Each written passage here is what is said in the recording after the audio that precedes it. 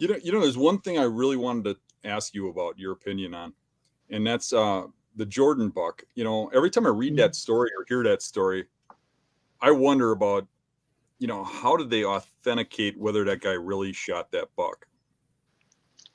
As the There, story goes, he shot it and lost it for many years. He took it to taxidermist and didn't get back for many years, and there was no photo or anything. And now he says it's his buck, and I know that Boone and Crockett said they took a year to authenticate that, but I don't know. It just always puzzled me as to whether or not that's really his deer. yeah, some of those things like that. There's other deer, those really old deer back in the days when there were barely even any cameras, much less anybody trying to actually document this stuff. But they just kind of took some of it on faith. I mean, I believe that's what it came down to. His story seemed to make sense. He seemed to be adamant about it. Nobody else was trying to claim it. And it just apparently, I mean, they didn't DNA test it or test for minerals in the antlers to authenticate the location or anything like that, like they can do now with investigations. But also, there wasn't the scrutiny back then either, Dan. You remember that, hey, somebody was more likely to take you at your word for some of this because nobody had been trying to scam anybody.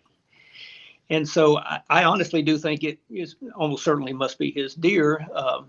That said, I would agree with you. The forensic evidence is not strong. Yeah. You also didn't have a few million people on the internet giving you theories on why they're right or why it's wrong, No, when you say it like that, sure. I gotta wonder. You could probably question just about any buck if you weren't there when the guy shot it. So, yeah. Well, everybody's word for it to a degree until they prove otherwise, I guess. Well, yeah, and there's deer. Everybody has to go through the process. I mean, if you want things to be authenticated, I mean, I can draw up a contract or whatever. It doesn't mean much if a lawyer doesn't look at him, it doesn't get signed, notarized, and all that kind of stuff. I mean, otherwise it's just a story, right? It's just something that you said. So I would like to see, you like to see consistency. That's the thing. I think you want to see consistency in how the rules are applied, the training for the measures, the way everything is done, and that's as close as you're going to ever get to apples in comparing some of these deer. The thing about it is it doesn't change the deer. I mean, the deer is the deer no matter what we call him. And we could call him number 27 or number 227 in the record book, and it's the same set of antlers. I mean, they're two bones that grow out of the top of a deer's head, and the deer's dead, and he's not telling, the story. And if the hunter comes out later and says, well, I lost him, but then I found him. And, Wayne Zaft up in Alberta, people gave Wayne trouble because he shot this deer, took a couple of days to find him. The coyotes were on him. I mean, he covered part of it. I mean, they thought the deer was potentially bigger than Mel Johnson, but he got knocked down for an out of line point on his right side.